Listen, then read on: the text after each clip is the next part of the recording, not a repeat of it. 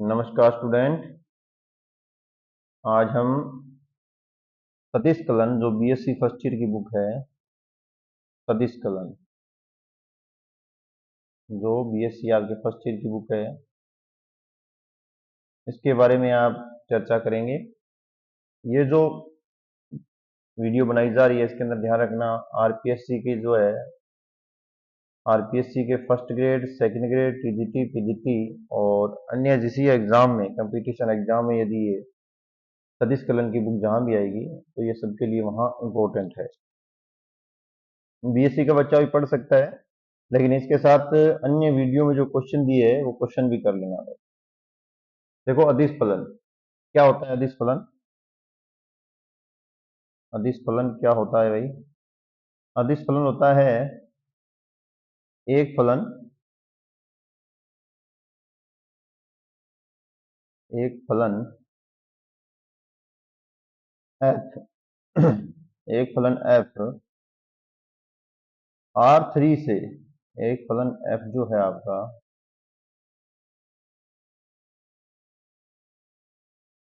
R3 से R में, R3 से R में परिभाषित हो, R3 से R में क्या हो? परिभाषित हो,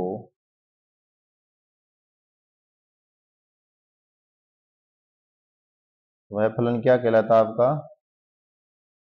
अदिश, क्या कहलाता है? अदिश फलन कहलाता है।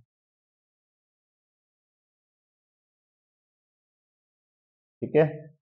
अब एक फॉर एग्जाम्पल, एग्जाम्पल पे बात करते हैं इसके क्या होता है एग्जाम्पल। जैसे कि अपने पास एक फलन दे रखा है, जैसे अपने पास एक एफ फलन दे रखा है,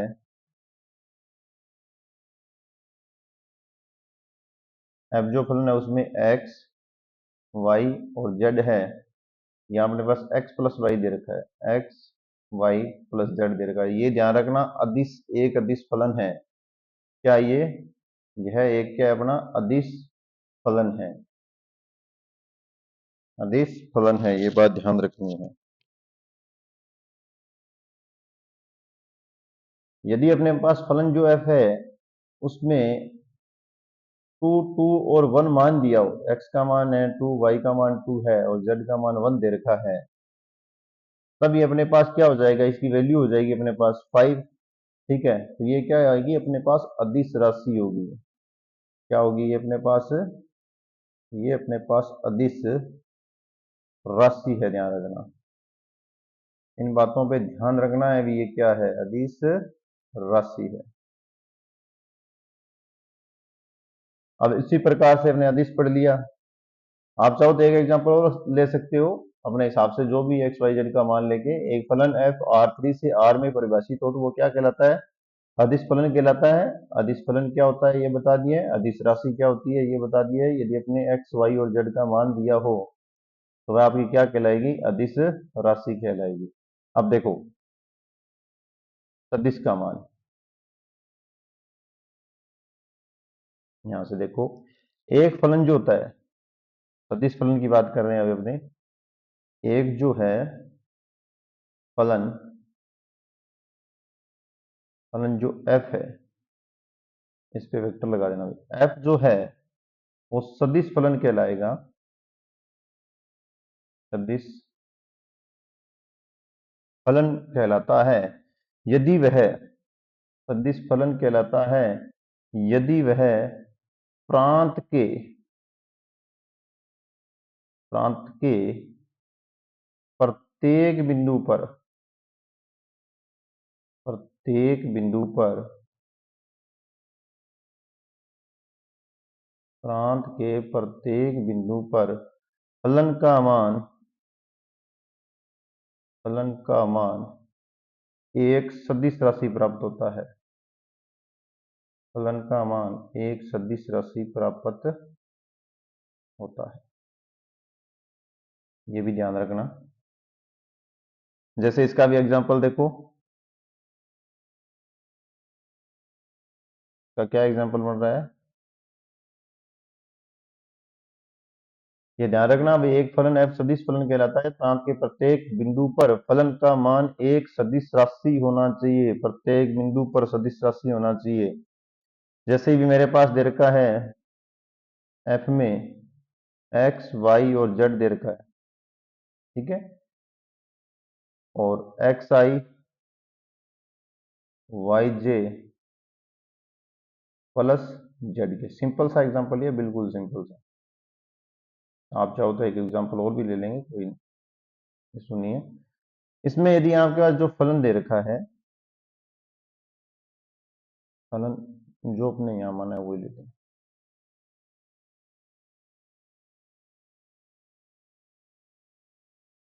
मेरे पास जो फलन दे रखा है उसमें x की वैल्यू 2 और 1 है, तो ये अपने पास 2i प्लस जे कैप प्लस के कैप आएगा, ठीक है। 2i प्लस जे कैप प्लस के कैप, ये होगी आपकी क्या, सदिश राशि। क्या होगी ये, सदिश राशि या राशियां। और ये क्या कहलाएगा आपका, सदिश फलन। अब एक एग्जांपल और देखते हैं। यदि अपने पास f जो वेक्टर है उसमें x y और z दे रखा है, इसमें x y,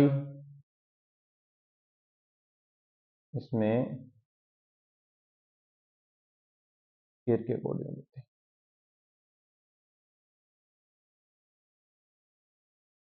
x की स्क्वायर i कैप, y की स्क्वायर j कैप, और एक्स वाई दे रखा है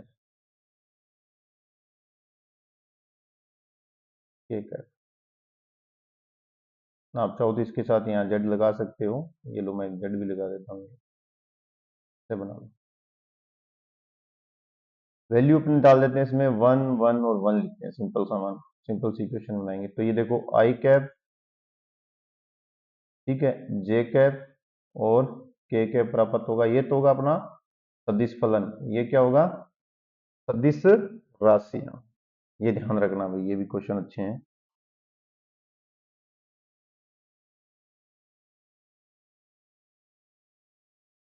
अब इसे यदि अपने अलग अलग घटकों के रूप में लिखें, देखो सदिश राशि को क्या करें, अलग अलग घटक के रूप में लिखें। तो जो f वेक्टर है इसके अंदर x y और j, f को डिवाइड कर लो, f1 में x y j i cap, f2 में x y j j cap, f3 में x y और z k कैप। ये होता है अलग अलग घटक में डिवाइड करना, जैसे ये i का हो गया, ये j और ये k। अब देखो, यदि सदिश फलन जो है उसका प्रांत भी देखो यहाँ, क्योंकि प्रांत आया था ना अपने पास, अभी बात की थी इसकी, प्रांत की बात आई अपने पास। यदि प्रांत के बारे में देखें तो जो अपने पास फलन f है, फलन f है उसमें f1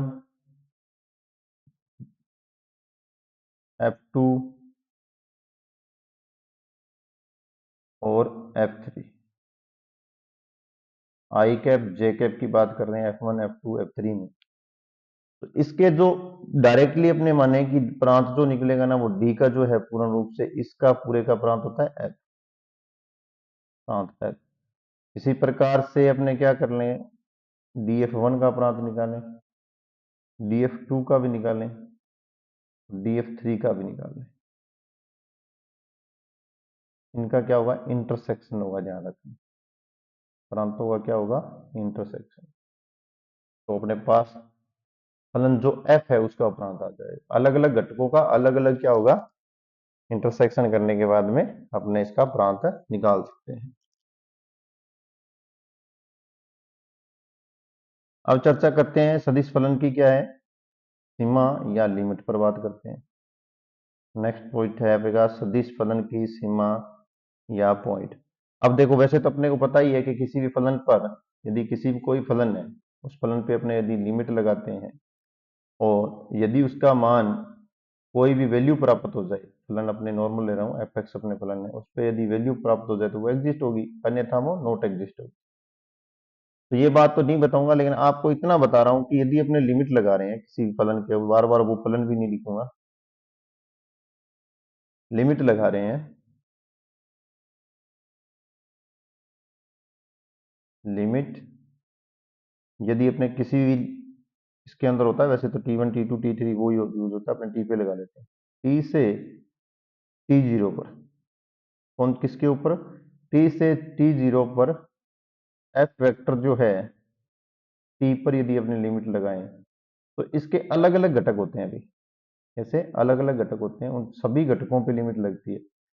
लिमिट लगती है आपकी टी से टी जीरो, टी से टी जीरो तक, कहां तक, टी से टी जीरो तक एफ जो आएगा वन टी, पहला जो पहला घटक है उसके ऊपर लिमिट लगाओ, किसका मान है ये, आई कैप का।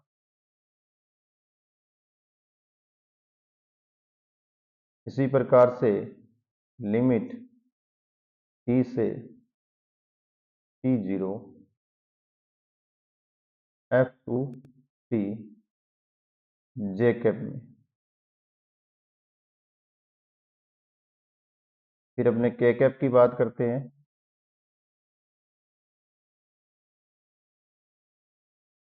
के कैप में यदि लिमिट लगे अपनी क्या, टी से टी जीरो एफ थ्री पे भी लगा लो, अलग अलग, अर्थात आई की, जे की और के कैप की अलग अलग लिमिट निकाली है। और लिमिट निकालने पर यदि अपने पास कोई भी वैल्यू या मान प्राप्त हो जाए तो वह अपना क्या कहलाएगा, लिमिट एग्जिस्ट होगी, अन्यथा वो लिमिट क्या होगी, नॉट एग्जिस्ट होगी, अन्यथा वो लिमिट क्या होगी, नॉट एग्जिस्ट होगी। ध्यान रखना।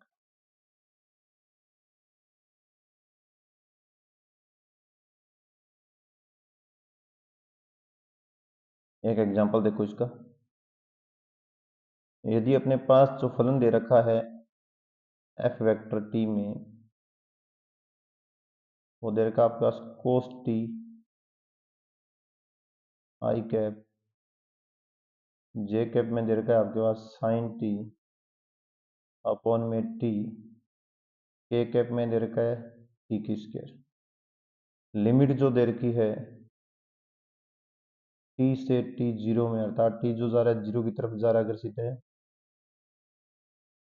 इस फलन पे लिमिट लगानी है, वैल्यू बतानी है। जैसे ही आप लिमिट लगाओगे फलन के ऊपर, F vector T, F vector T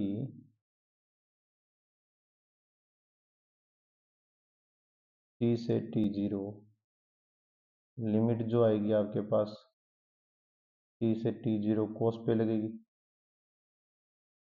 cos t i cap, limit आपकी लगेगी किस पे, साइन टी अपॉन में टी पर जे कैप, और लिमिट लगेगी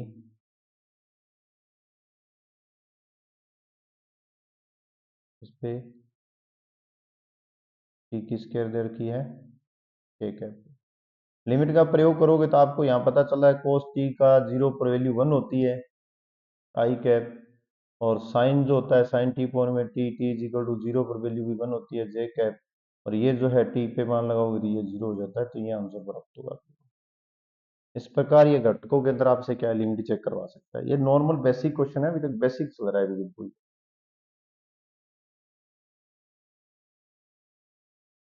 आगे चलते हैं।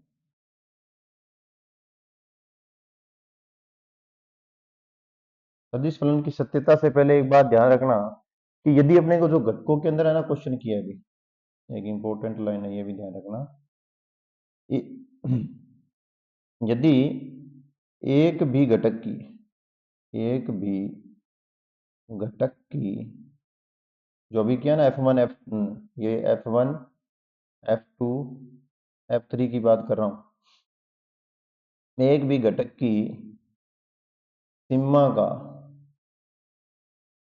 एक भी घटक की सीमा का अस्तित्व नहीं हो, लिमिट का अस्तित्व नहीं हो, एग्जिस्ट नहीं हो, अस्तित्व नहीं है, यदि नहीं है तो ध्यान रखना सदिश फलन की सीमा का भी अस्तित्व नहीं होगा। क्या नहीं होगा? सदिश फलन की सीमा का भी अस्तित्व नहीं होगा या एग्जिस्ट नहीं करेगी। ये ध्यान रखना, ये इंपॉर्टेंट लाइन है, इंपॉर्टेंट लाइन है, ध्यान रखना। क्वेश्चन डायरेक्ट क्वेश्चन पूछा जा सकता है, इससे छोटा क्वेश्चन भी बन सकता है। अब देखो आगे दे रखा है आपको सदिश फलन की सत्यता। देखो वैसे तो अपने सत्यता कैसे पढ़ के आए हैं, लेफ्ट राइट से, जैसे क्या पढ़ के आए हैं बीएससी के अंदर में पता होता है कि कोई भी फलन ए है, यदि उस पर लगा रहे हैं अपने फलन पे, तो फलन पर वैल्यू लेफ्ट और राइट साइड से वैल्यू ये इक्वल आ जाए तो अपने उसको सतत मान देते हैं। ये बात अपने पढ़ के आती है, ट्वेल्थ क्लास की बात है, ट्वेल्थ में भी है। यहाँ हमें किस रूप में पढ़ना है, यहाँ हमें सदिश फलन की सत्यता बतानी है कि क्या होती है, सदिश जो फलन दे रखा है उसकी सत्यता के बारे में बात करनी है। तो वही है, यदि अपने पास कोई फलन दे रखा है, यदि सदिश फलन जो है आपके पास कोई भी एक सदिश फलन है, एफ टी मान लेता हूं मैं, इस पर यदि t से लिमिट लग के t0 पर, t से t0 पर लिमिट लगाते हैं और ये सतत कहलाता है, लिमिट लगाते हैं सतत कहलाता है, यदि उस फलन पर t से t0 पर f जो वेक्टर जो आपके पास दिया हुआ है t, उसका मान एफ टी प्राप्त हो जाए, अर्थात अपने पास वैल्यू प्राप्त होनी चाहिए। अब ये भी ध्यान रखना, बार बार वो घटक वाली बात नहीं लिखूंगा, आप इसमें क्या करोगे, F1 F2 F3 जो है तीनों घटकों पे लिमिटें चेक होगी, यदि तीनों घटकों में लिमिट एग्जिस्ट है, ठीक है, तो उसके बाद में ही ये सदिश फलन आपका क्या कहलाएगा, सतत या कंटिन्यूअस कहलाता है। ये लाइन भी याद रखनी है, इसके नीचे लिख लेना, यहाँ क्या लाइन लिखनी है, यदि तीनों घटकों में, तीनों जो घटक है आपके F1 F2 F3 में t से t0 पर लगाने पर सतत होता है, यदि वो लिमिट क्या होगी, एग्जिस्ट होगी। ये बात ध्यान रखना, ठीक है, अन्यथा वो क्या कहलाएगा, अपना असतत फलन कहलाता है। इसके एग्जाम्पल आगे बहुत आ जाएंगे, कोई दिक्कत नहीं है, आते ही रहते हैं। अब देखो सदिश फलन की अवक्रियता, आप जो पढ़ के आए हो ट्वेल्थ क्लास में वो पढ़ा है आपने, यहाँ डिफरेंशियस होता है, ध्यान से याद कर लेना भी एक बार, यहाँ डिफरेंशियस होता है, लिमिट आपकी चलती है h से h टेंड्स टू 0, अपॉन में होता है h, फलन होता है a plus h upon a plus h minus का f, ये आप पढ़ के आए हो ट्वेल्थ क्लास में। ये अवकलनीयता की परिभाषा से अपने को क्या करना है, अवकलज निकालने के लिए प्रयोग करते थे अपने। अब यहाँ देखो, यहाँ आपने क्या करना है, यदि आपके पास सदिश फलन दिया हुआ है तो सबसे पहले ध्यान रखना, एक फलन होगा आपके पास, क्या होगा, एक फलन होगा जिसे अपने एफ वेक्टर टी मानते हैं, या एफ टी एक फलन है, ठीक है। ये किसी बिंदु पर, किसी बिंदु पर टी से t0 पर, किसी बिंदु पर टी से t0 पर अवकलनीय कहलाता है या अवकलनीय होता है, अवकलनीय होगा यदि और केवल यदि, इफ एंड ओनली इफ, इसके जो घटक हैं, यदि और केवल यदि, इफ एंड ओनली इफ, इसके केवल सभी घटकों के फलन f1 f21 f31 जो है बिंदु t से t पर अवकलनीय होना चाहिए। अवकलनीय होगा यदि क्या होगा, इसके जो घटक है, अब आपको घटक मैंने बता दिए कौन कौन से होते हैं, F1, F2, F3। इन तीनों घटकों पर इसका जो मान है वो बिंदु किस पे, कौन सा बिंदु, अभी बिंदु अपने पॉइंट लिया था, कौन सा पॉइंट, टी से T0 पर क्या होना चाहिए, अवकलनीय। तीनों पॉइंट्स पर भी अवकलनीय होना चाहिए, तो ही ये क्या होगा, अवकलन होगा। अब इसका एक फॉर्मूला भी देखो,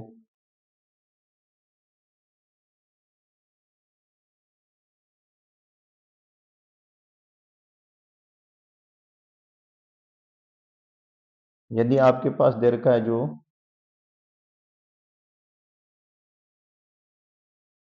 ये तो दे ही रखा है, मैंने बता दिया है, वेक्टर टी से T0 पर आपको क्या करना है, लिमिट टी से T0, ठीक है, लिमिट आपके पास आई T0, F T0 vector vector T से T0, ये विद्यमान होना चाहिए, ध्यान रखना क्या होना चाहिए, विद्यमान हो तो अपना क्या कहलाएगा, ये अवकलनीय कहलाएगा। अब ये प्रत्येक घटक पे लगेगी, अलग अलग जो भी घटक है सब घटकों पे इसकी क्या है, लिमिट लगेगी। जैसे अपने आई के सापेक्ष, जे के सापेक्ष, के सापेक्ष, जैसे चाहो आप, सब में इसकी लिमिट लगती है।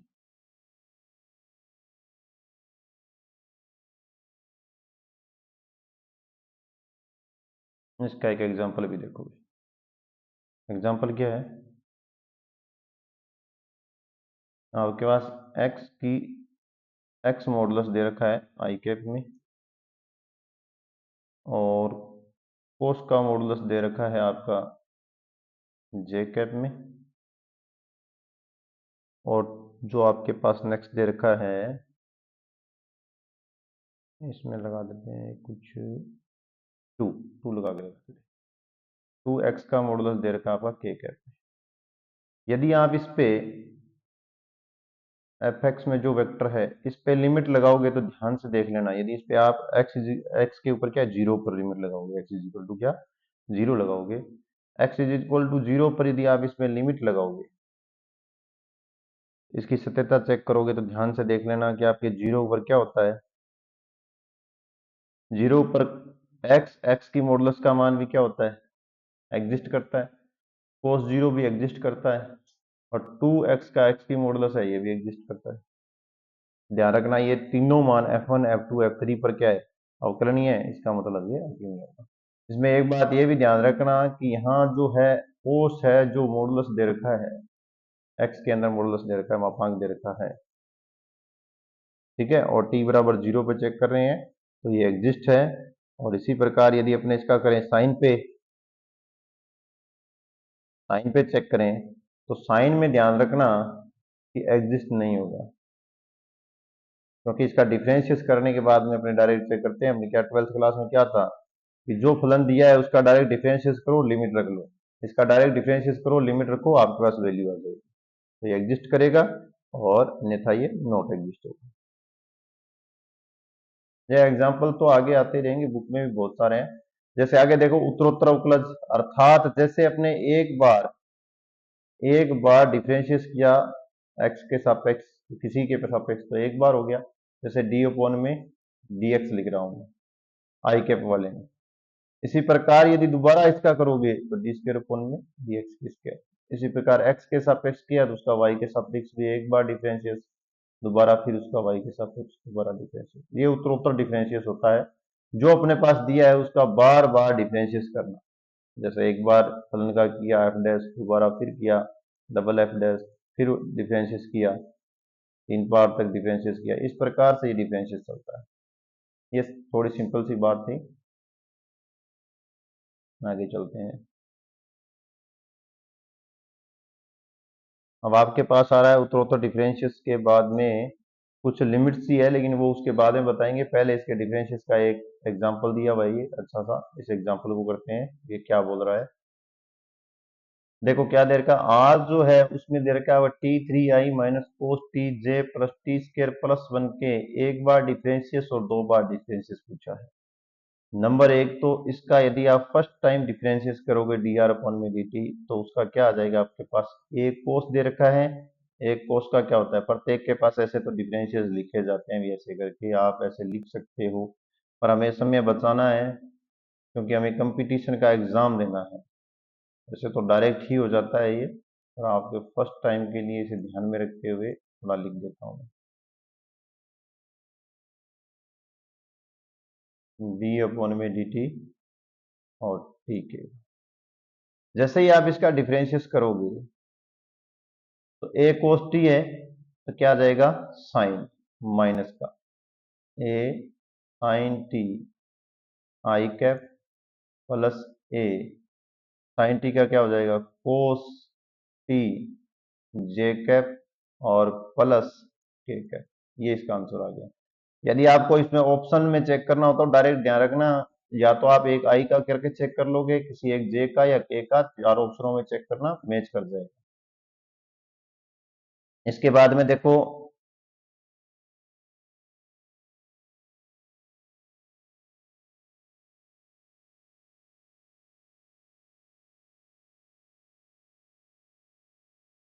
ये मैंने भी एग्जांपल जो है एक cos t d r sine t example गलत ले लिया,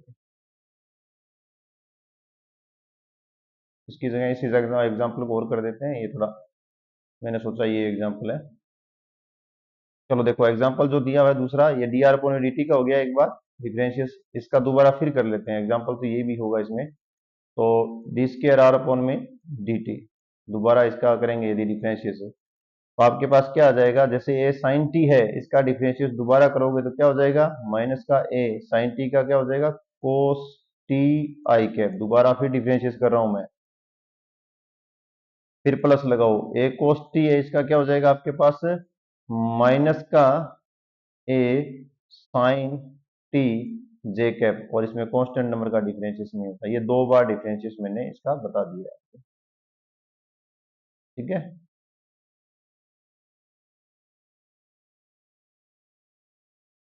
ये क्वेश्चन था वो थोड़ा पैनल में आगे पीछे है ना, ये क्वेश्चन अभी बता दिया। इसके बाद में D square R D T का मापांक भी बता देता हूं मैं यहाँ, उसके बाद में फर्स्ट क्वेश्चन दोबारा से करेंगे। जो आपने कर रखा है उसी का ही मॉडुलस या मापांक निकालना है। अभी जो आंसर निकाला था उसका डी स्केयर आर अपॉन में डी टी की स्केयर का मॉडुलस या मापांक निकालना है, तो अंडर रूट लगाओगे, आई के पास जो वैल्यू थी माइनस का ए कोस टी, उसकी क्या करोगे, स्केयर करोगे, माइनस का कोस टी की क्या करोगे, स्केयर करोगे, जे के पास वैल्यू है उसकी भी क्या करोगे, स्केयर कर दोगे। ठीक है, एक्स की स्केयर वाई की स्केयर, जिस जो आई जे के पास जो नंबर्स होते हैं उनकी स्केयर करके रूट करके आंसर निकालते हैं। कोस की स्केयर और साइन की स्केयर का योग क्या होता है, वन होता है, ए स्केयर का रूट पर ए लगने पर ए आंसर आ जाएगा ये। ठीक है, अब आप ध्यान से देख लेना, मैंने सेकंड क्वेश्चन फर्स्ट में करा दिया, फर्स्ट क्वेश्चन अब दोबारा बता रहा हूँ ये, R is equal to T three I minus cos T J plus T square plus one K D R upon में डी टी, इसका यदि आप डी आर पोन में डी टी निकालोगे, यहाँ देखो डी आर पोन में डी टी निकालोगे, थोड़ी स्पीड रखा करो, टी थ्री है, इसका क्या आ जाएगा, थ्री टी स्केयर, इस फॉर्मूले से एक्स की एन वाले फॉर्मूले से, आई क्या, कोस का क्या हो जाएगा, साइन लेकिन प्लस में,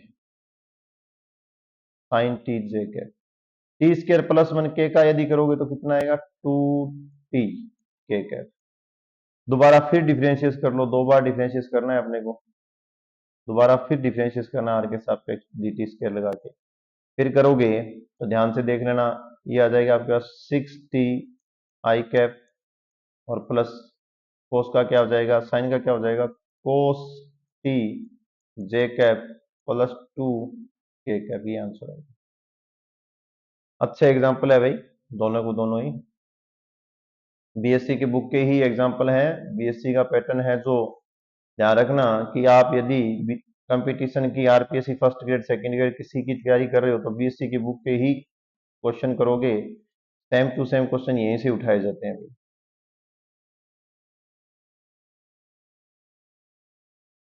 नेक्स्ट देखो, आपके पास दे रखा है, अभी ये छोटे छोटे जो कंसेप्ट है बिल्कुल ही अच्छी अच्छी बात है, इनको भी थोड़े सीख लो।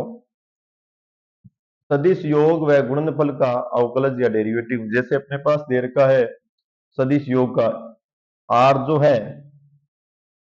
जो है इसके अंदर ए और प्लस बी है। इसका डायरेक्टली अपने को अवकलज पता होना चाहिए, निकालने वाला नहीं है, डायरेक्ट अवकलन पता होना चाहिए। यदि अपने इसका डी अपॉन में क्या कर रहे हैं, dt कर रहे हैं किसका, a प्लस बी का, तो हमारे पास क्या याद होना चाहिए हमें, dA अपॉन में dt प्लस dB अपॉन में dt। उत्तरोत्तर यदि इसका बार बार a1 a2 a3 a का कर रहे हो, जैसे क्या कर रहे हो, a1 a2 a3 चलते चलते a की n तक का यदि आप कर रहे हो d अपॉन में dt, तो ध्यान रखना dA1 अपॉन में dt1 प्लस d2 अपॉन में dt2 प्लस d। इस प्रकार से ये चलता रहेगा। ध्यान, जैसे जैसे आप चलोगे वैसे वैसे ये चलता रहेगा।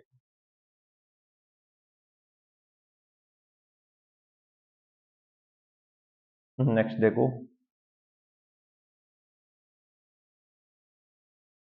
आगे आपके पास दे रखा है अदिश फाई और सदिश ए का गुणनफल के लिए अवकलज। जैसे दे रखा है r is equal to phi a दे रखा है, इसका पूछा है। तो अपने को पता होना चाहिए कि डी अपॉन में डी टी यदि आप कर रहे हो फाई ए का डिफरेंशियस करना है, तो पहले फाई को छोड़ दोगे तो डी ए अपॉन में डी टी का डिफरेंशियस हो जाएगा, फिर ए को छोड़ देना तो डी फाई अपॉन में डी टी का डिफरेंशियस हो जाएगा। ये भी देखो, ये छोटी कंसेप्ट, वैसे तो आप अवकलन करोगे तो वहां याद हो जाएगा बुक में पूरी में, लेकिन यहाँ थोड़ा थोड़ा बस ये है पैटर्न, तो चल रहे हैं, देख लेते हैं साथ के साथ। इनसे भी क्वेश्चन बनते हैं भाई अच्छे अच्छे। यदि आर ए से बी दे रखा है तो क्या करोगे, डी ए अपॉन में D T, a dot b दे रखा है, इसका मतलब है ए डी बी अपॉन में D t plus d a upon में डी टी बी। इसमें एक और इंपॉर्टेंट बात देखो, वो इंपॉर्टेंट नहीं थी, ये इंपॉर्टेंट है आरपीएससी क्वेश्चन के लिए। यदि आपके पास a बराबर b की कंडीशन है और d अपॉन में dt का a स्क्वायर के सापेक्ष जो है डिफरेंशिएट करना है, तो ये आंसर आएगा इसका 2a dA अपॉन में dt। ये याद रखने वाला, बहुत बार पूछा हुआ है ये, ठीक है, इसका क्वेश्चन भी आगे आ जाएगा। अब देखो आगे क्या दे रखा है, r बराबर a क्रॉस b दे रखा है क्रॉस प्रोडक्ट में। दो सदिशों का सदिश गुणनफल, दो सदिशों का सदिश गुणनफल हो, तो इसका यदि आप करोगे तो d अपॉन में dt a cross b equal, पहले a को छोड़ दो, अपने b का डिफरेंशिएट कर लो, और फिर क्या करो, प्लस लगाओ, और b को छोड़ो, a का डिफरेंशिएट कर लो। ये इसका आंसर आएगा। ये भी अच्छा है भाई। देखो ये छोटे छोटे कंसेप्ट हैं, चलते चलते कर रहे हैं। फर्स्ट ग्रेड में इन कंसेप्ट से ही क्वेश्चन बनता है, डायरेक्ट कहीं से भी उठाया जा सकता है। तीन सदिशों का तो इससे तो उठाना कन्फर्म है। तीन सदिशों का, जैसे आर इज इक्वल टू अपने पास क्या दे रखा है, ए बी सी, तीन आपके पास सदिश है जिनका अदिश गुणनफल ज्ञात करना है। तो ध्यान रखना डी अपॉन में D T A B C, सबसे पहले आप डीए का डिफरेंशिएट करोगा dt में, bc को छोड़ दोगे, उसके बाद में db का डिफरेंशिएट करोगे dt में, c को छोड़ दोगे, और फिर अंत में a b c dc upon में dt का डिफरेंशिएट करोगे। यह भी बहुत अच्छा है भाई, यहां से भी क्वेश्चन, बहुत बार क्वेश्चन बना हुआ है, बहुत ज्यादा इंपॉर्टेंट है ये भी।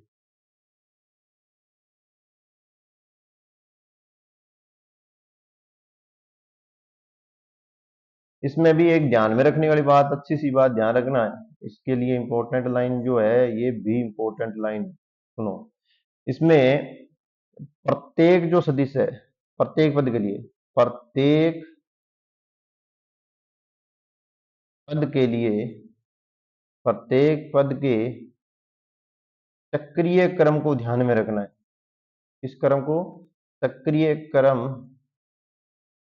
को जैसा है वैसे बनाए रखना है या ध्यान में रखना है, आप जैसे चाहो वैसे समझ लो। ध्यान में रखना है, बनाए रखना है, इससे भी क्वेश्चन बन सकता है।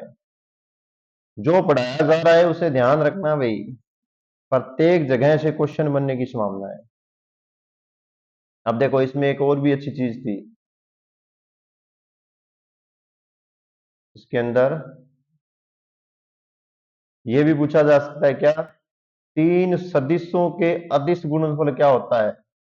डायरेक्ट शब्द देके भी और ए बी सी देके भी पूछा जा सकता है। आगे वाला ही देखो, इसमें तीन सदिशों के सदिश गुणनफल भी पूछा जा सकता है, डायरेक्टली लैंग्वेज भी दी जा सकती है, और आपको यह भी दिया जा सकता है कि R equal A cross B cross C का बताओ क्या होता है, यह भी पूछा जा सकता है। जैसे ही आप टीका करोगे, इसमें भी क्रम का भी इसमें भी ध्यान रखना है, क्रम का महत्व होता है इसमें। और विदाउट क्रम से इसमें ऑप्शन भी बनाया जा सकता है, क्रमों को चेंज करके, अभी तक बना नहीं है, बनाया भी जा सकता है। तो डी ए अपॉन में डी टी क्रॉस बी और सी को छोड़ दो, फिर प्लस लगाओ ए क्रॉस डी बी अपॉन में डी टी क्रॉस सी, फिर प्लस लगाओ ए बी क्रॉस तो डी सी अपॉन में डी टी। इसमें भी क्रम का ध्यान रखना है, यह भी बहुत अच्छा क्वेश्चन है।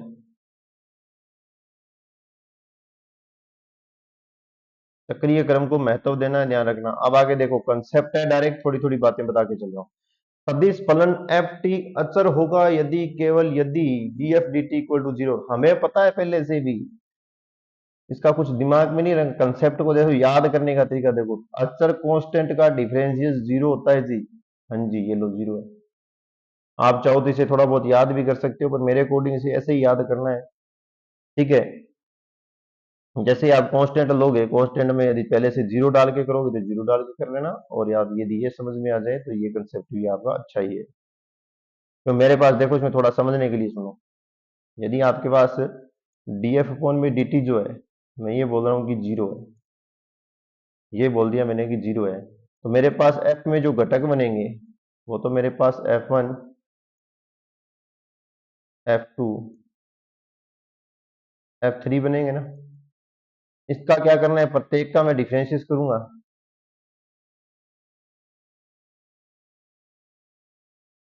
आई कैप डी, पार्शियल नहीं लगाना, D F two D F T D T, एक सेकेंड, ये सिर्फ डी टी है, ध्यान रखना, डी टू नहीं है।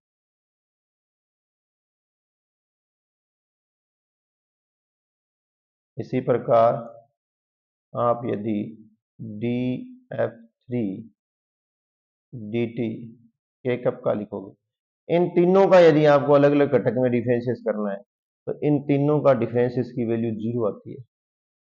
एफ वन की भी जीरो आएगी, एफ टू की भी जीरो आएगी, क्योंकि अचर है। क्योंकि कारण क्या है, एफ वन जो आपके पास दिया हुआ है, एफ वन, एफ टू और एफ थ्री जो दे रखा है, तीनों के तीनों क्या है, अचर है, और अचर सदिश है, तो इनको क्या करना है, जीरो। जैसे कैसे भी याद कर सकते हो, जैसे चाहो, अपने को प्रूफ तो करना ही नहीं है। दूसरी देखो, किसी सदिश एफ टी का केवल और केवल परिणाम अचर हो, केवल परिणाम अचर होगा यदि और केवल यदि F dot D F form D T क्या हो जाएगा, जीरो हो जाएगा। परिणाम का मतलब क्या है, यदि एफ का मॉडुलस जो निकाला है वो आपके पास क्या होना चाहिए, अचर होना चाहिए। और जैसे ही आप इसको देखोगे कि डी अपॉन में डी टी है, उसका मॉडुलस अपने पास क्या है, अचर है, तो अचर का डिफरेंशिएट कर दीजिए। और एक बात हम और भी जानते हैं, यदि अपने पास देखो, इसी कंसेप्ट की बात कर रहा हूं मैं, मेरे पास एफ का एफ से कर रहे हो तो मुझे पता है कि एफ मॉडुलस किसके आ रहा है, अब ये भी सिखा के आया हूं, ये बात भी। डी अपॉन में डी टी दो बार है, इसका डिफरेंशिएट करो, क्या आ रहा है, डिफरेंशिएट करोगे तो आ रहा है आपके पास two F D F upon में डी टी। ठीक है, और यदि स्केयर का करोगे सामने, इसको स्केयर का भी अलग से कर लेते हैं। एफ की मॉडुलस का स्केयर है, इसका यदि डिफरेंशिएट करोगे तो क्या आएगा, टू एफ का मॉडुलस डी एफ का मापांक डी टी। ये लो, दोनों तरफ चल रहा हूं मैंने, एफ एफ लिया, एक तरफ मापांक या मॉडुलस परिणाम भी ले लिया। अब डी एफ अपॉन में डी टी क्या है, अभी लिखा था ऊपर मैंने, डी एफ अपॉन में डी टी क्या है, जीरो है। जैसे ही डी एफ अपॉन में डी टी जीरो है तो ये पार्ट जीरो हो गया, तो इसमें भी एफ अपॉन में डी एफ अपॉन में डी टी भी जीरो। कैसे भी करो आप, जैसे मर्जी कर लो, आपको मापांक में लेना है या नॉर्मल लेना है तो इसकी वैल्यू तो जीरो ही आएगी।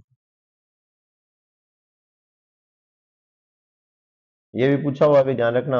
ये देखो आगे, एक अचर परिणाम का सदिश अपने अवकलज के लंबवत होता है। ये लाइन आरपीएससी के लिए इंपॉर्टेंट है भाई। एक अचर परिणाम का सदिश अपने अवकलज के लंबवत होता है। अभी तक इससे क्वेश्चन नहीं बना है। जो भी अचर आ जाए, ठीक है, जो भी अचर आ जाए, अचर आते ही उसका परिणाम है वो क्या होगा, अवकलज के लंबवत होगा। ध्यान रखना, ये कंसेप्ट याद करके रखना। किसी सदिश एफ टी की केवल और केवल दिशा अचर हो, पहले वाले में तो क्या था, परिणाम, अब क्या दे रखा है, दिशा को अचर। तो एफ क्रॉस, जैसे दिशा शब्द आया तो क्रॉस प्रोडक्ट आएगा भी, एफ क्रॉस डी एफ और में डी टी भी क्या होगा, जीरो होगा। इसको भी थोड़ा सा देखना चाहो आप देख सकते हो, किसी में लेके चलना है। इसका क्या है, एफ क्रॉस डी एफ में यदि आप करोगे तो वो जीरो ही होगा यार। कंसेप्ट है, डायरेक्टली इसको याद ही कर लो। अच्छा, तो यही होगा।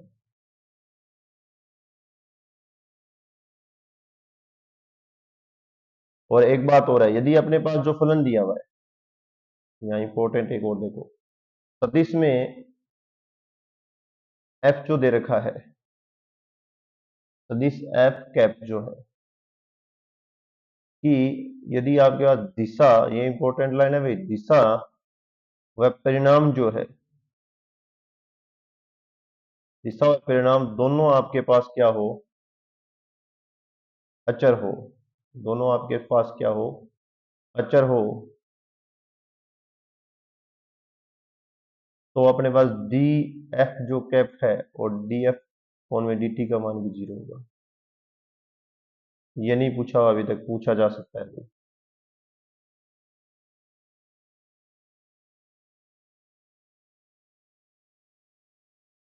ये अच्छी अच्छी बातें हैं।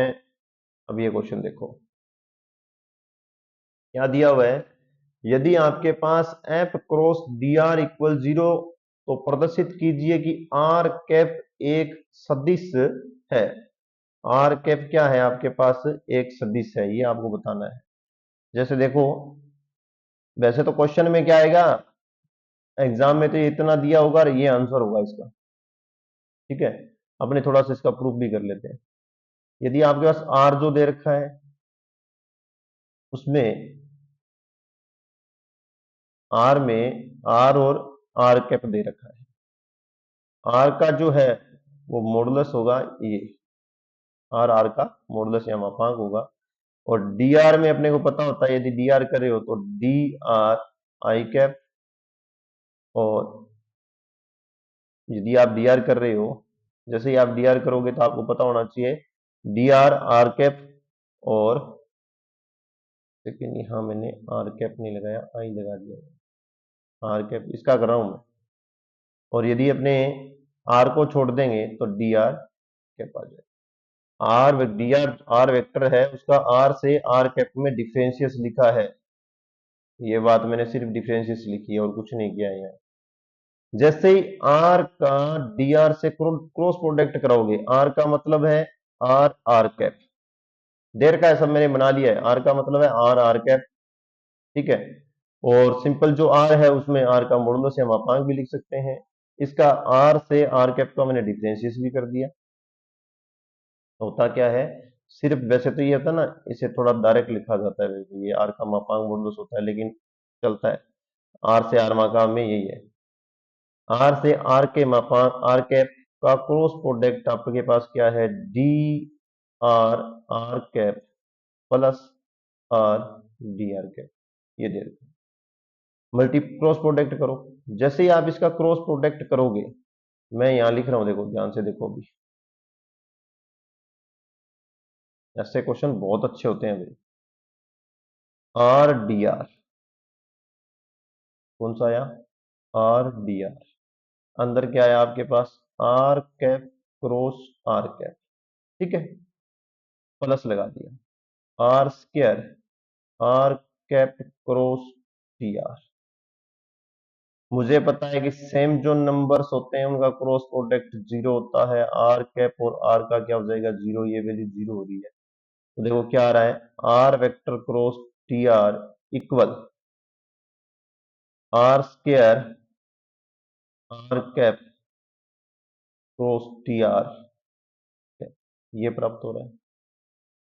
अब मेरे पास दिया हुआ क्या है? आर और डी आर की वैल्यू क्वेश्चन के अंदर पहले से ही जीरो दे रखी है। मैं वो वैल्यू पुट करूंगा पर्सन से। जीरो इक्वल आर की square R cap cross T R cap, ठीक है। जैसे ही मैंने इसको पुट किया तो मेरे पास क्या आ गया? यदि इसे आर स्क्वायर का भाग दे दूं तो R cap cross T R cap equal भी जीरो आ रहा है। R cap cross D R cap भी मेरे पास क्या आ रहा है? जीरो आ रहा है। आर कैप क्या है आपका? यहाँ क्या है? इकाई सदिश है, ये तो पता चल ही गया होगा आपको। आर कैप क्या है? यहाँ इकाई सदिश है, तो इसका परिणाम भी अचर होगा। तो इसका क्या होगा? परिमाण अचर है। इकाई सदिश है तो परिणाम क्या होता है? अचर होता है, अपने आप अपने को पता है। तो R cap D R cap भी क्या आएगा आपका? जीरो आएगा। R cap D R cap भी जीरो आएगा। R vector cross D R vector पर्सन से अपने पास हो रहा है। परिणाम से यदि आप चेक करोगे, आर क्या है? इकाई सदिश है। परिणाम से आप चेक करोगे तो R cap D R cap क्या आ जाएगा आपके पास? जीरो आ जाएगा। इक्वेशन नंबर 2 और इक्वेशन नंबर 3 का यदि आप यूज करोगे, इक्वेशन 1 जो मैंने अभी बनाई है तथा इक्वेशन 2 का जो यूज करोगे, तब ध्यान से देख लेना, डी आर कैप भी आपका जीरो आ जाएगा। इसका मतलब है जो आर कैप है वह एक क्या है? अचर सदिश है। एक क्या है? अचर सदिश है। ऐसे क्वेश्चनों को भी थोड़ा प्रूफ करने में टाइम लगता है, तो डायरेक्ट याद रखा करो। ये बहुत बार आया हुआ, दोबारा भी सुनो। यहां मैंने इस चीज को आर कैप वन में आर का मॉडुलस भी, ये जो है ये अपना आर कैप वन में आर और आर का मॉडुलस होता है, मापांक होता है, ऐसे भी लिख सकते हैं। यदि आप चाहो तो इसे थोड़ा सिंपल से यही याद कर लेना, ठीक है। आर वेक्टर अपॉन में आर, आर वेक्टर होता है, ये आर इक्वल आर का कैप हो गया। आर का जो मापांक होता है, आर इक्वल क्या आ जाएगा? आर का मापांक आ जाएगा। डी आर में अपने इसी का ही डी आर करते हैं, डिफरेंशियस किया है, इसका क्या किया? डिफरेंशियस किया। जैसे डिफरेंशियस करोगे तो आपका D R R cap R D R cap आ जाएगा। जो क्वेश्चन में दिया उसी के हिसाब से इसका मल्टीप्लाई कर लेना। मल्टीप्लाई में आर और आर कैप अपने पास जीरो होता है। जैसे ये जीरो आ जाएगा, इसका मतलब पर्सन से अपने पास आर क्रॉस डी आर भी जीरो होता है। आर स्क्वायर अलग करके जीरो कर देना लेफ्ट राइट से। R cap cross D R cap बराबर भी जीरो होता है। आर जो है यहाँ इकाई सदिश है। इकाई सदिश का अचर का जो परिणाम होता है वो भी अपने पास जीरो होता है। परिणाम होता है वो अपने पास क्या होता है? जीरो होता है। इसका मतलब है आर जो वेक्टर है, आर जो है वह क्या है? आपके पास एक अचर सदिश है। ये आपका ऑप्शन है, आया हुआ क्वेश्चन है भाई, बहुत अच्छा क्वेश्चन है ये भी। अब आगे देखो। अब आपको एक घर से करने के लिए मैं क्वेश्चन देता हूँ।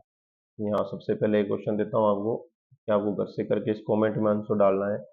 यदि आपके पास क्या दिया हो, यदि आपके पास दिया हो ए और बी अचर है, वो भी सदिश में, तो डी अपॉन में जो डी टी आएगा उसका अपने पास मापांक ए प्लस बी टी का मान क्या होगा, ये बताना है आप। ठीक है, मापांक का वैल्यू क्या होगी, ये क्वेश्चन है आपके लिए, ये बताना है, ध्यान रखना। इसके बाद में सदिश अवकलज का संकारक, सदिश अवकलज का क्या करना है अपने को? संकारक पढ़ना है। तो देखो, जो सदिश अवकल संकारक है उसे अपने लिखा जाता है, इसे नेवला भी बोलते हैं। ठीक है, इस ऑपरेटर को जो है इसको नेवला भी बोलते हैं, डेल भी बोलते हैं, डेल या नेवला भी बोला जाता है इसको। इस संकारक को क्या कहा जाता है, डेल भी कहते हैं, नेवला भी बोलते हैं। इसे लिखा जाता है डी अपॉन में, पहले तो ये लिख देते हैं, डेल जो संकारक है इसे डेल लिखते हैं, इसे नेवला भी लिखा जाता है। आगे देखो, इसका जो ऑपरेटर है वो आगे से याद रखोगे, डी अपॉन में डी एक्स, डी अपॉन में डी एक्स आई कैप, आप इस साइड भी लगा सकते हो, जे कैप डी अपॉन में डी वाई, और के कैप डी अपॉन में डी जेड, ये याद रखना है, ये वैल्यू आप याद रखोगे। ये क्या है आपके पास, सदिश अवकलन संकारक है, इसे आगे से आपको याद रखना है। नेक्स्ट जो है, यहां से अपना एक अच्छा सा टॉपिक शुरू होता है, अदिश बिंदु फलन की प्रवणता। परिभाषा क्या होती है, यदि आपके पास कोई, वैसे तो बीएससी वाली बुकों में दे रखी है, एक्स वाई और जेड जो दे रखा है फिर में फलन है, यह क्या होगा, एक सतत होगा, क्या होगा, सतत होगा, और अवकलज अदिश बिंदु फलन है, एक सतत अवकलज अदिश बिंदु फलन है, सतत अवकलज अदिश बिंदु फलन है, बिंदु फलन है। तो इसे क्या लिखा जाएगा, जो ग्रेड होगी, जो ग्रेड होगी वो एफ लिखा जाएगा, या फिर इसे डेल एफ माना जाएगा। अब एक बात मेरी यहां ध्यान से सुनो पहले, यदि अपने पास अदिश बिंदु फलन ज्ञात करना है, यदि अपने पास अदिश बिंदु फलन ज्ञात करना है, तो जो फाई होगा उसे आगे से याद, जैसे फलन को एफ भी लिख सकते हो, फाई भी लिख, फाई एक्स वाई और जेड जो होगा आपके पास क्या होगा, एक सदिश फलन होगा, अदिश नहीं, सदिश नहीं, अदिश फलन होगा, क्या होगा, अदिश फलन है।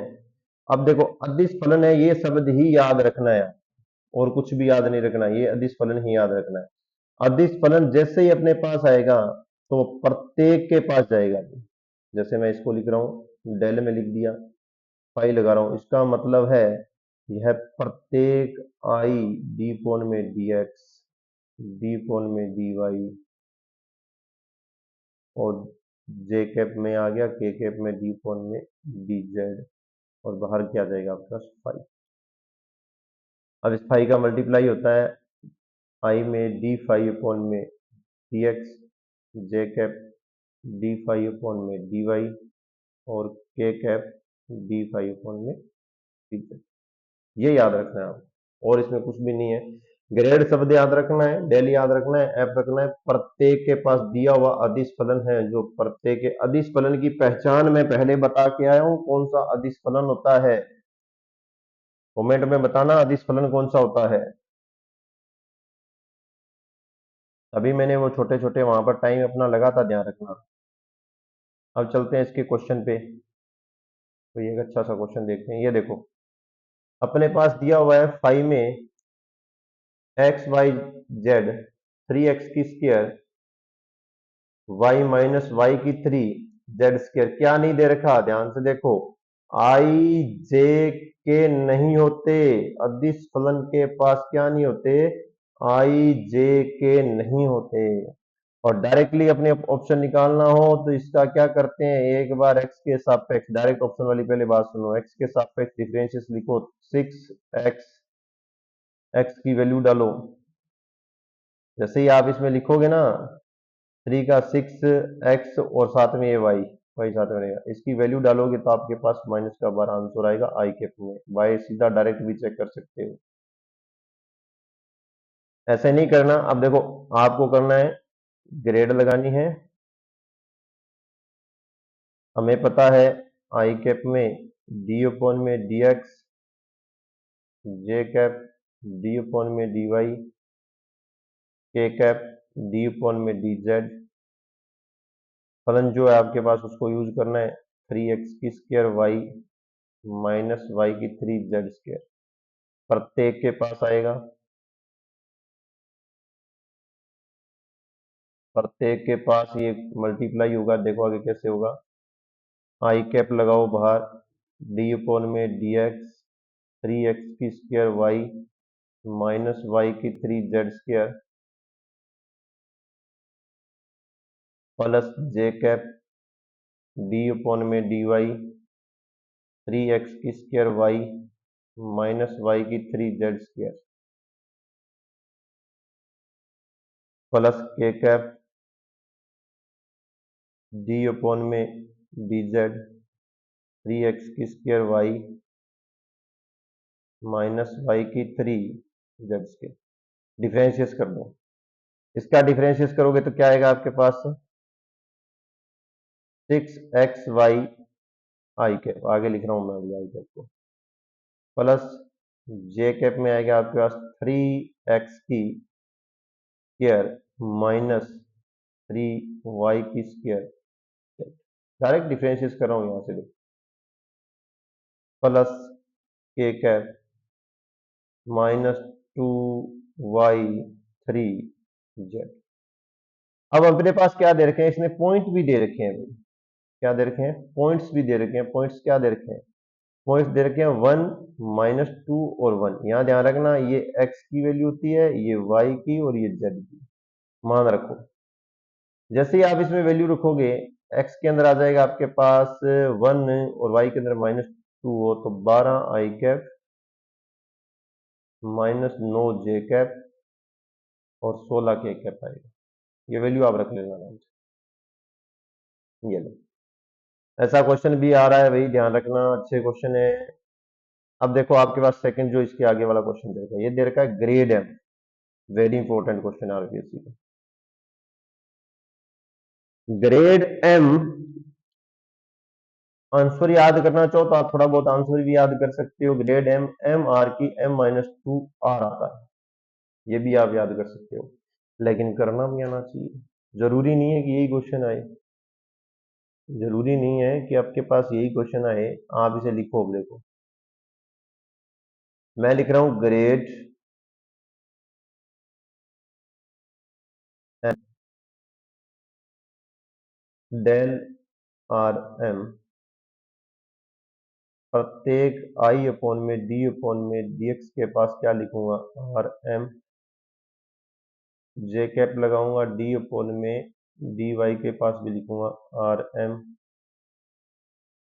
के कैप लगाऊंगा डी अपॉन में डी जेड के पास भी लिखूंगा आर एम। प्रत्येक के पास आएगा, यही है अपने पास, जो है वही आता है। डिफरेंशिएट कर लें, जैसे डिफरेंशिएट करोगे ना आंसर दिखाई देने लग जाएगा, ध्यान रखना। बस किसी एक का करोगे ना आंसर अपने आप दिखाई देने लग जाएगा। आर के साथ एक्स का, आर का एक्स के सापेक्ष करोगे, I cap M R M minus 1, किसका किया है, डी आर अपॉन में डी एक्स। बस आंसर यहां से पता चलने लग गया, J cap M R M minus 1 D R upon में D Y, K cap M R M minus 1 D R upon में डी। अब आगे से एक बात है ना, यहाँ देखो इंपॉर्टेंट बात है, ये आगे से याद रखोगे, प्रत्येक में नहीं बताऊंगा। आर का मापांक लेते हो ना मॉडुलस, उसमें ध्यान रखना आर की स्क्वायर इक्वल एक्स की स्क्वायर प्लस वाई की स्क्वायर प्लस जेड की स्क्वायर होता है। जैसे ही आप इसे एक्स एक्स के सापेक्ष डिफरेंशिएट करते हो तो to D R equal 2x होता है, डी आर अपॉन में डी एक्स 2x होता है, 2 से 2 कैंसिल हो जाता है। डी आर अपॉन में डी एक्स की वैल्यू आपके पास आती है एक्स अपॉन में, क्या आती है, एक्स अपॉन में। इसी प्रकार से यदि आप करोगे इसका 2r डी आर अपॉन में डी वाई का, तो आपके पास 2y आएगा, आंसर आएगा डी आर अपॉन में डी वाई में क्या आ जाएगा आपके पास, y अपॉन में r।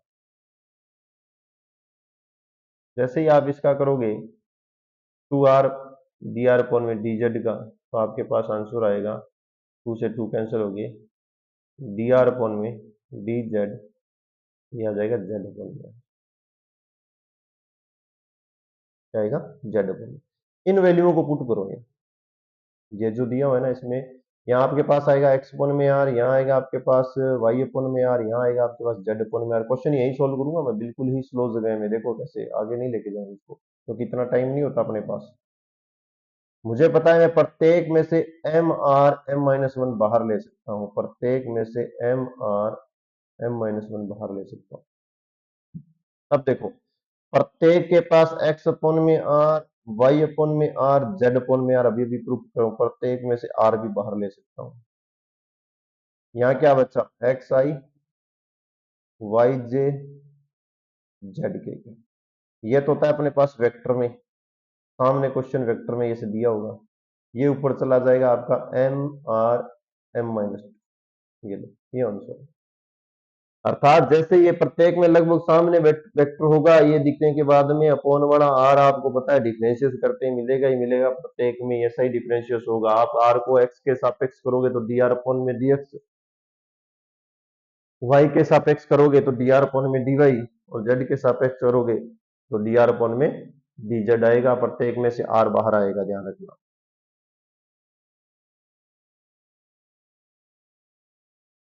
चलते हैं हम नेक्स्ट क्वेश्चन पे, ये अच्छे क्वेश्चन आए हैं अभी। अब देखो क्या दे रखा है, यदि आपके पास एफ और जी दे रखा है प्लस माइनस में, तो grad F plus minus grad G, तो नॉर्मल सी बात है कि यदि अपने एफ का कर रहे हैं जी के सापेक्ष, जी का कर रहे हैं एफ के सापेक्ष, तो इसे ध्यान रखना। थोड़ा ये भी है, यहाँ डेल लगा के एफ भी लगा सकते हो आप, प्लस माइनस डेल लगा के जी भी लगा सकते हो।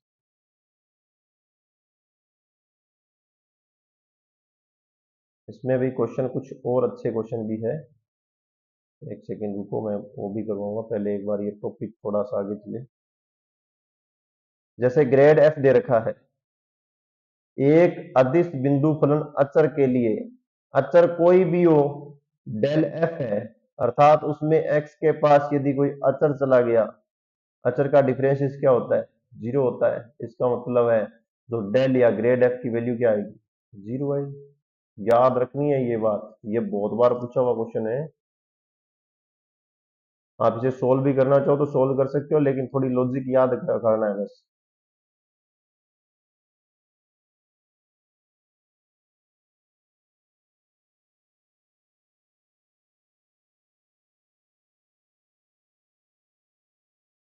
इसमें दो लॉजिक बनते हैं वैसे तो, एक तो अचर बिंदु रखने पे, दूसरा जो अपने पास आई जे के आते हैं ना, आई जे और के आते हैं, इनको इक्वल भी रखा जा सकता है।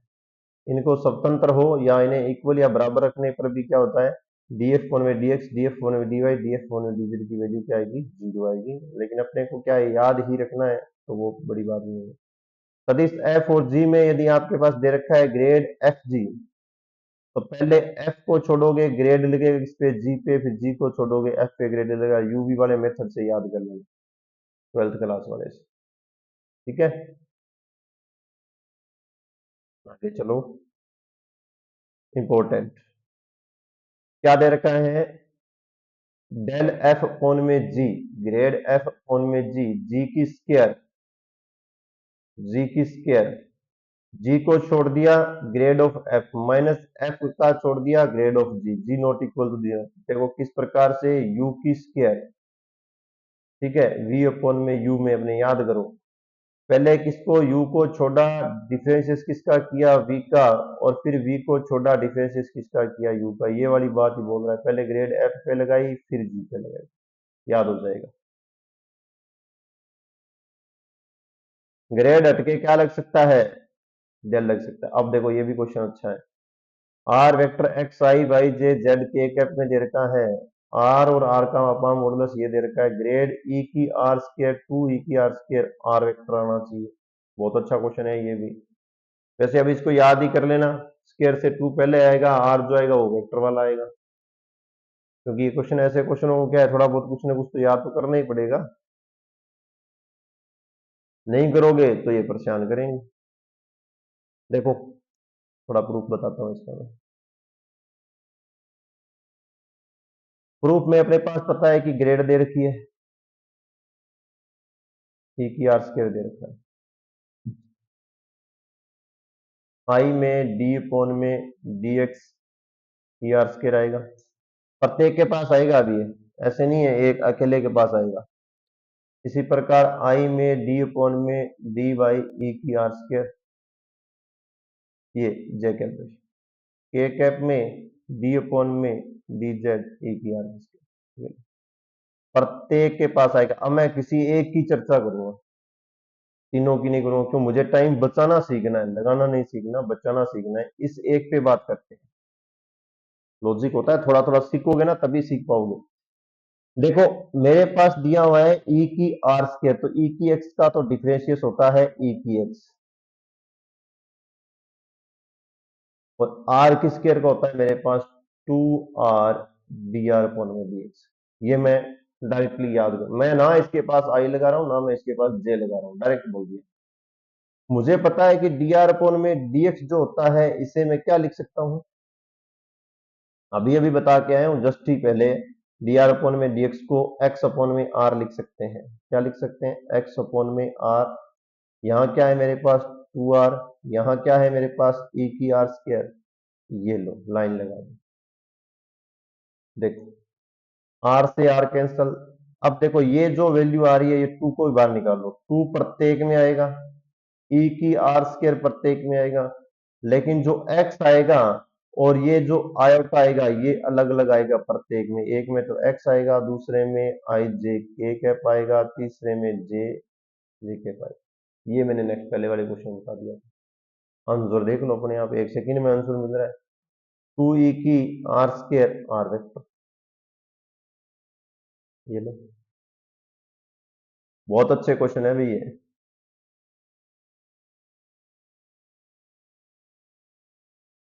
आगे ये दे रखा है, ग्रेड आर और आर कैप का मान बताना।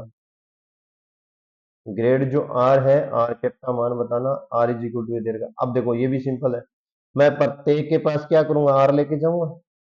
मुझे पता है कि प्रत्येक के पास मुझे आर लेके जाना है, और वो दे किस में रखा है, x I Y J Z के में। तो मैं यहाँ डी अपॉन में डी एक्स,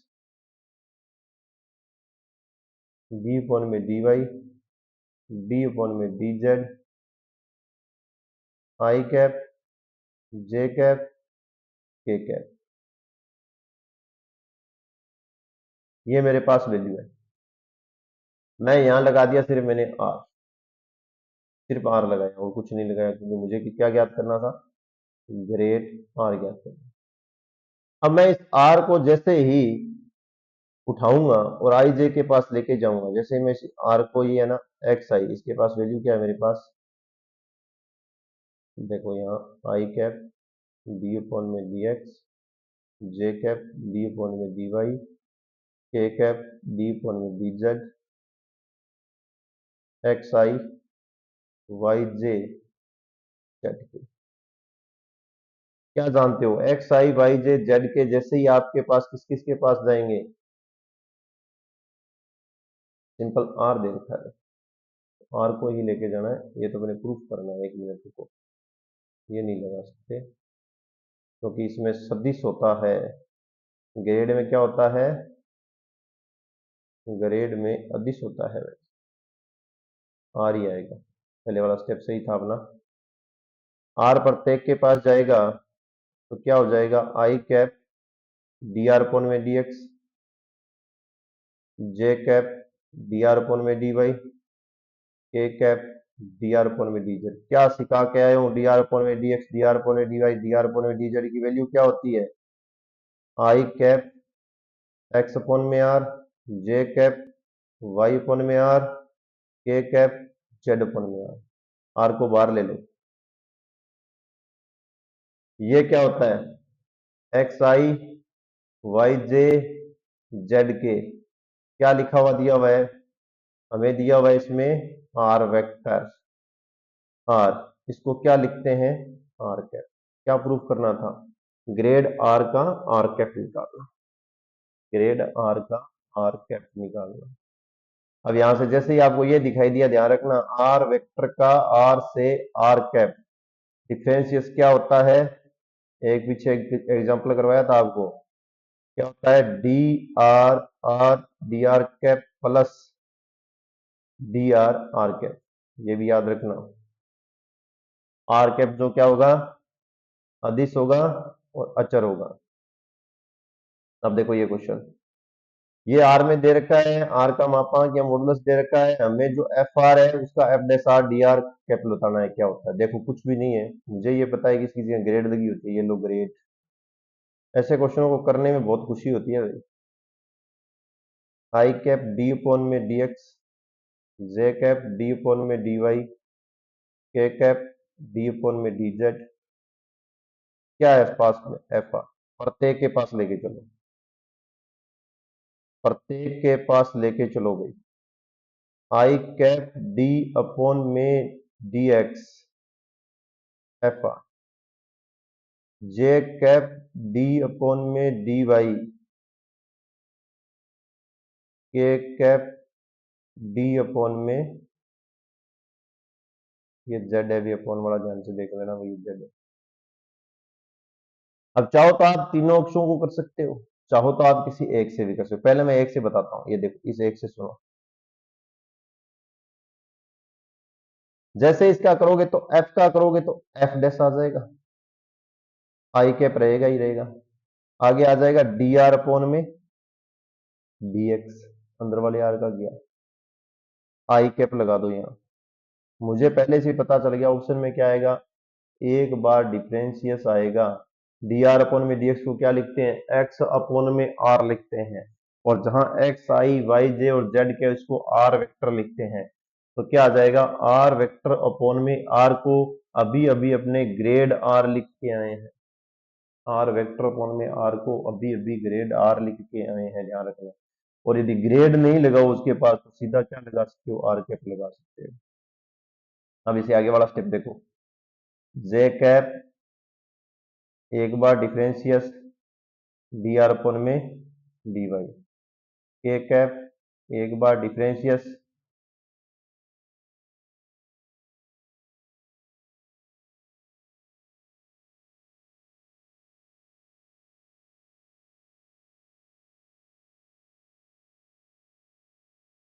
के कैप डी आर अपॉन में डी जेड। अब मुझे पता है कि मैंने एफ डैश आर को बाहर निकाली, जैसे ही मैं बाहर निकालूंगा यहां मेरे पास आ जाएगा एक्स अपॉन में R I cap, Y upon में R J cap, Z upon में आर के कैप। आर को बाहर निकालना चाहो तो निकाल सकते हो, लेकिन नहीं तो इससे पहले वाले क्वेश्चन में इसको क्या लिखा है, डेल एफ, नहीं del R, del R F नहीं आर। ये चीज जस्ट इससे पहले वाले क्वेश्चन में इस चीज को लिखी है। आंसर आपका मैच हो गया। इसकी जगह दूसरा आंसर क्या आ सकता है, डेल एफ आर अपॉन में क्या आ जाएगा, यदि आप इसे लिख रहे हो आर लिख रहे हो, इसकी जगह यदि आप इसका दूसरा क्वेश्चन जो भी आंसर है वो निकालना चाहो, जैसे आई पौने डी आर पौने डी एक्स, जे वाई पौन में आर, के जेड पौन में आर, इसे आप और तरीके से इसे लिखना चाहो तो ग्रेड जो आर है यदि इसकी जगह आप डायरेक्टली आर कैप भी लगा सकते हो। इससे पहले ऐसे क्वेश्चन में देखिए आ जाना, इसके दो आंसर मिलेंगे। सेकंड पार्ट देखो, आपके पास लोग दे रखा है और आर का जो क्या है मापांक या मॉडुलस दे रखा है। मैं प्रत्येक के पास लिख रहा हूं डायरेक्टली, ये क्वेश्चन दे रखा है मुझे।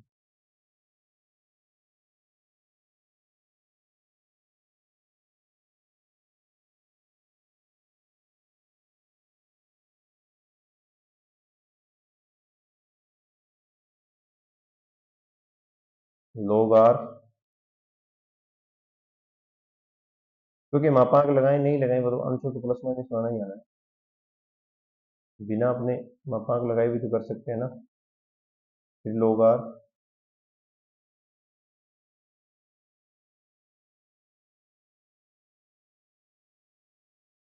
डिफरेंशियस करो। जैसे ही डिफरेंशियस करोगे, देखो मैं किसी एक का करके भी आंसर दे सकता हूँ, पूरे का डिफरेंशियस करने की मुझे जरूरत नहीं होती। आप लगा सकते हो, लोग का क्या होता है भाई, लोग का डिफरेंशियस क्या होता है, लोग का होता है वन अपॉन में एक्स, तो लगाओ वन अपॉन में एक्स डी आर अपॉन में डी एक्स, लेकिन अपने पास वन अपॉन में एक्स की जगह क्या है, आर है, आई कैप। अब देखो ध्यान से, वन अपॉन में आर, वन अपॉन में आर, वन अपॉन में आर, तीनों में से बाहर, डी आर अपॉन में dx की जगह क्या लिख सकते हो, x अपॉन में r, x अपॉन में r, x अपॉन में r। तो यहां से ये भी r, ये भी r, तो प्रत्येक में से r की स्क्वायर बार, प्रत्येक में आपके पास क्या बच रहा है, एक्स आई वाई जे और जेड के, जिसे क्या लिख सकते हो, आर वेक्टर। तो क्या आ जाएगा, आर वेक्टर अपॉन में आर स्क्वायर। ये आंसर दिया हुआ है। अब देखो यहाँ यदि वापस फिर इसका करोगे, इसका डिफरेंशिएट करोगे तो जे का, तो जे कैप 1 अपॉन में आर डी आर अपॉन में डी वाई, और फिर के का करोगे तो 1 अपॉन में आर डी आर अपॉन में डी जेड। ये लिखने की जरूरत ही नहीं होती, इतने से आंसर आ जाता है। आर अपॉन में आर स्क्वायर आर वेक्टर आ रहा है, इसे आप आर कैप अपॉन में आर भी लिख सकते हो, कारण आपको कमेंट में बताना है।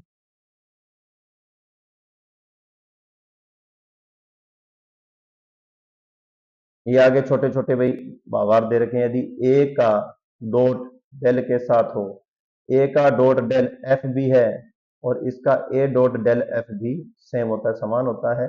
यदि ये आया हुआ है, ध्यान रखना भी। अब इनका क्या प्रूफ तो वैसे करा सकते हैं, कोई दिक्कत नहीं है, लेकिन ये प्रूफ कराने के बाद में भी आपको याद ही रखने हैं।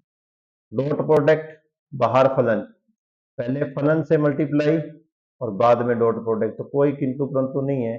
यदि आप जैसे चाहो वैसे मर्जी करो, फलन तो उसी का। देखो मेरे पास है ए जो दे रखा है ना, मेरे पास जो ए दे रखा है,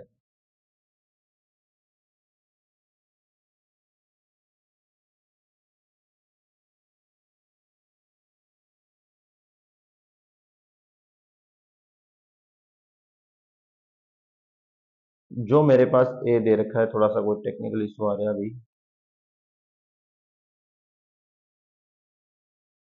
इसे मैं लिखूंगा A A one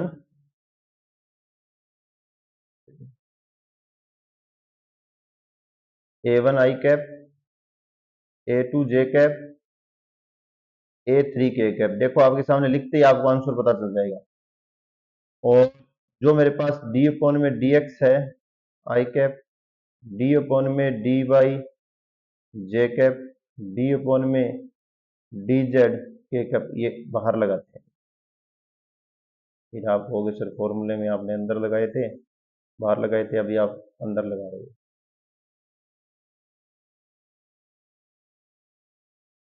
J cap के कैप, थोड़ा डिफरेंस रखा है मैंने, ये डेल का मान।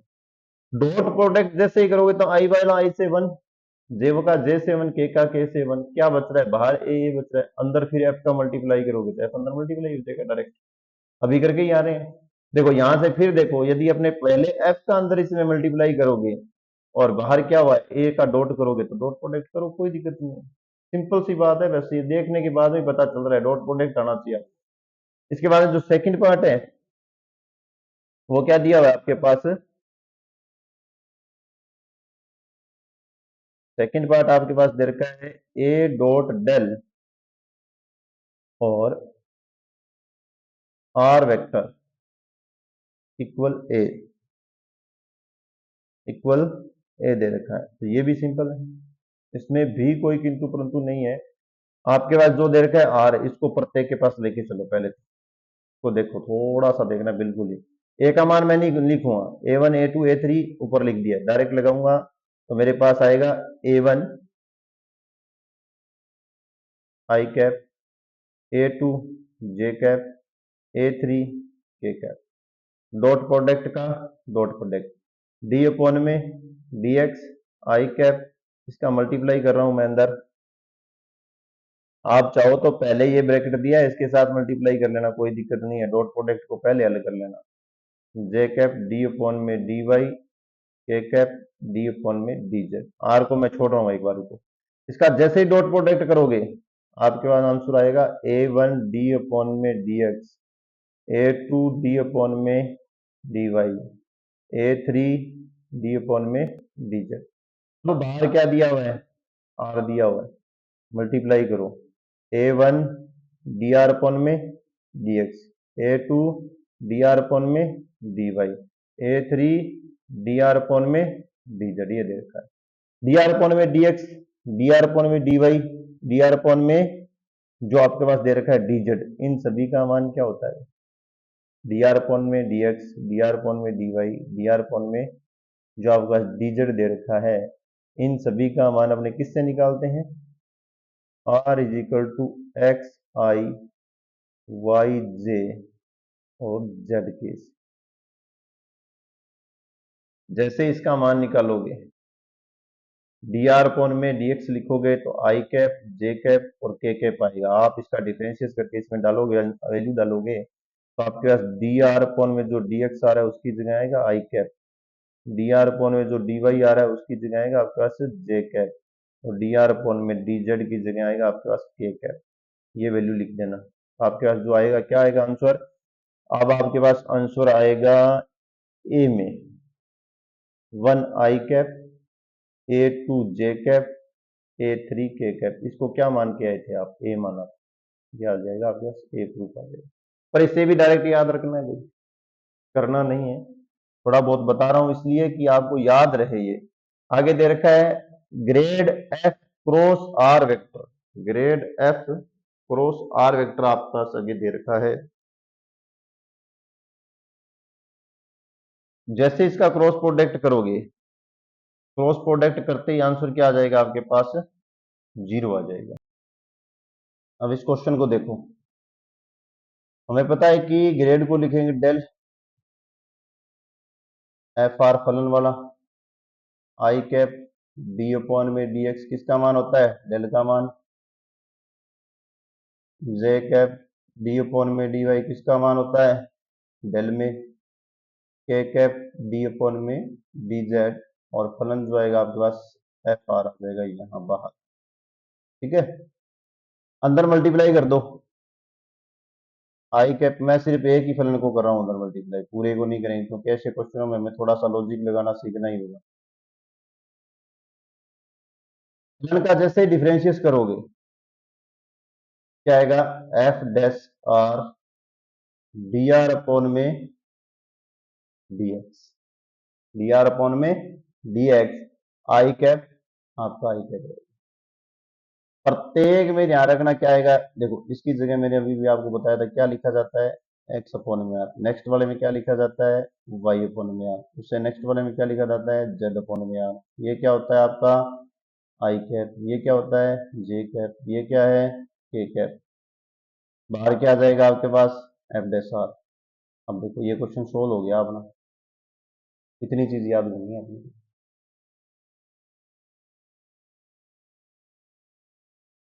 अब देखो जैसे ही इसको सोल्व किया तो आपके पास क्या आ रहा है? आर वेक्टर को आप बाहर और निकाल लो, एफ डैश आर अपॉन में आर, और सामने अपने आगे देखो ये आर मिल गया। ठीक है, जैसे अपने को क्या मिला अभी? ये आर प्राप्त हो गया, और एक बार क्या आ गया अपने पास? डिफरेंशियस, और आर वेक्टर किसका आ जाता है? एक्स आई का, वाई जे का और जेड के का। इससे मल्टीप्लाई करना है, क्रॉस प्रोडक्ट आर डार्क दिया, इसका मतलब वेक्टर से मल्टीप्लाई करना है। और जैसे ही आप इसका वेक्टर का वेक्टर से क्रॉस प्रोडक्ट क्या होता है आपका? 0। ये बात याद रखोगे, बताया सेम डिजिट का सेम डिजिट से क्रॉस प्रोडक्ट आपका क्या होगा? 0 आ जाएगा भाई।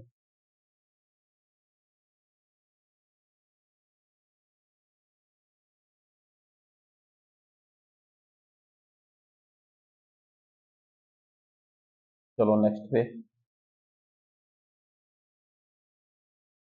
आगे दे रखा है आपको ए डॉट डेल 1 में आर का, ए का तो कांस्टेंट 8 ही रहेगा, 1 में आर का चेक करना है अपने को। देखो 1 में आर का डिफरेंशियल, स्पीड बता रहा हूँ थोड़ी, 1 में आर का डिफरेंशियल माइनस 1 में आर की स्क्वायर होता है। एक्स के सापेक्ष करोगे तो डी आर अपॉन में डी एक्स, वाई के सापेक्ष करोगे तो डी आर अपॉन में डी वाई।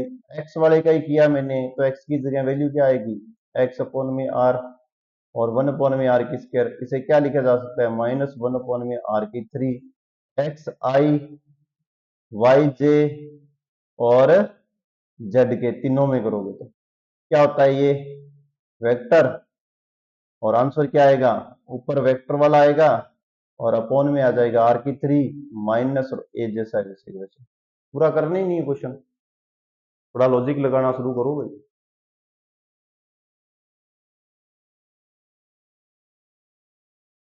आगे जो आपकी नेक्स्ट वीडियो बनाएंगे उसमें आपके पास सदिश जो दे रखा है उसका अपसरण या डिवर्जन पे बना देंगे और कमेंट करके बताना ये कैसी लग रही है।